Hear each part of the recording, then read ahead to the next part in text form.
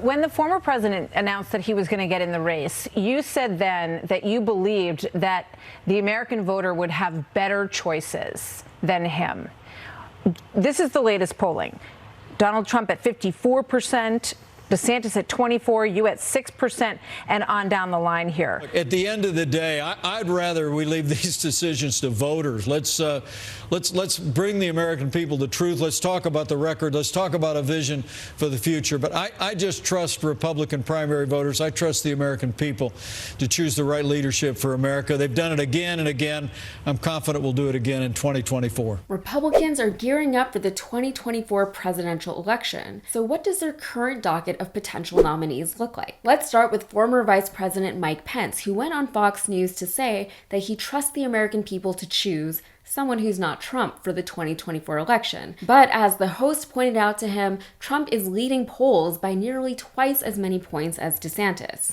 It's early in this process. I do think we'll have better choices. I think nobody could have defeated Hillary Clinton in 2016 other than Donald Trump. But I think come 2024, our party's going to choose the right standard bearer to meet this moment, to strengthen America at home and abroad. And that must be disappointing for Pence to hear, that the man who tried to feed him to an angry mob still has so much support. But speaking of Ron DeSantis, things aren't looking great for him. Many had hoped that the Florida governor would be the GOP's answer to their Trump problem. The party has completely rebranded itself to be the party of Donald Trump, and now they're finding it difficult to break free of that image and those political ties, just as Lindsey Graham, of all people, predicted would be the case years ago. DeSantis, the Ivy League educated and painfully ambitious governor, was believed to be a more intelligent and thoughtful version of Trump, an uber conservative who actually had experience working in government and holding elected office. For this reason and others, he was a beacon of light for conservatives and a notable threat for liberals and progressives. Still, his apparent strategy of trying to win over Trump's most ardent supporters while appealing to more traditional Republicans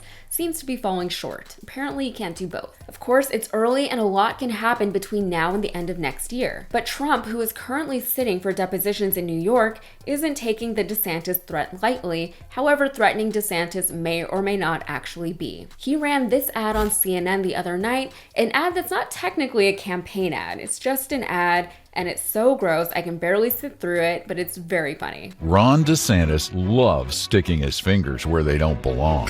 And we're not just talking about pudding, like cutting Medicare, slashing Social Security, even raising our retirement age. So for context, the ad invokes the allegation that Ron DeSantis likes to eat pudding with his fingers, or that he has done so at least once. DeSantis hasn't denied this, by the way. He only ever said that he doesn't recall doing so. Needless to say, DeSantis, who hasn't officially announced that he's running yet, isn't having a good time so far. Reports have even come out that DeSantis is disappointed that Trump has received endorsements or support from Florida's congressional delegate, even calling some of the congresspeople and asking them to stop supporting Trump. In other news, he just signed a bill that would make abortions illegal after 6 weeks in Florida, even though the majority of Floridians don't support it. Moving on, Tim Scott, the Republican senator of South Carolina, has thrown his name into the ring, but he's already suffered a few media gaffes. For one, he keeps downplaying the fact that he's black while also attempting to use it in his campaign rhetoric. He decries being a quote-unquote token for the Republican Party,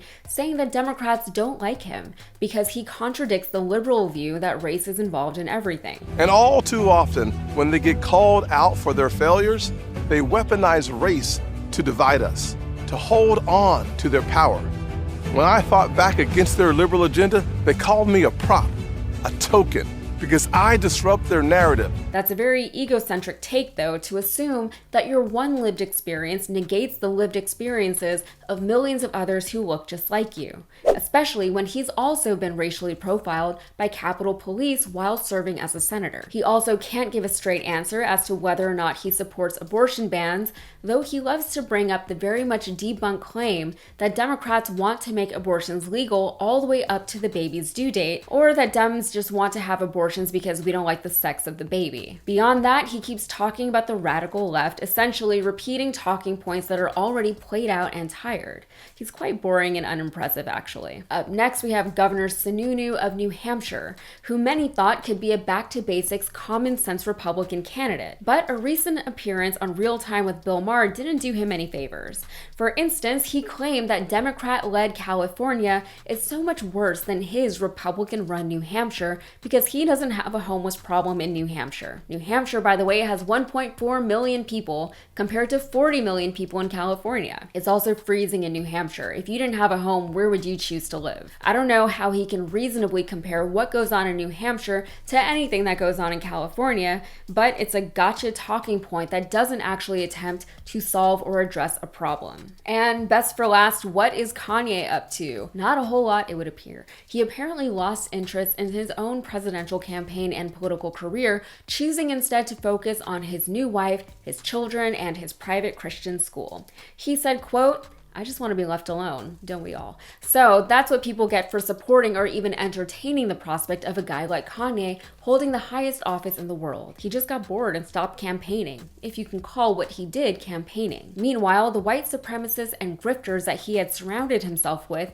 have turned on one another. Someone who spoke with Kanye's campaign told the Daily Beast, quote, "Anyone that is representing Ye in any political capacity is a charlatan. There is no political shop." Milo Yiannopoulos has been fired from the campaign and replaced by January 6th organizer and insurrectionist Ali Alexander. But on his way out, Yiannopoulos reportedly asked to be paid $116,000 for about a week and a half's worth of work, ultimately only receiving $50,000. Then Nick Fuentes accused Yiannopoulos of charging tens of thousands of dollars to Fuentes' credit card for hotel bills, an allegation that Yiannopoulos confirmed to be true. He did it. So there you have it. There's a brief bit of insight into what the GOP is working with going into the 2024 presidential election. This isn't by any means a comprehensive report of all the names being floated, but that's all I had the time or energy for this morning. That's it for me. If you got anything out of this, please like and subscribe to the channel, and be sure to follow me on Instagram and TikTok. Thanks.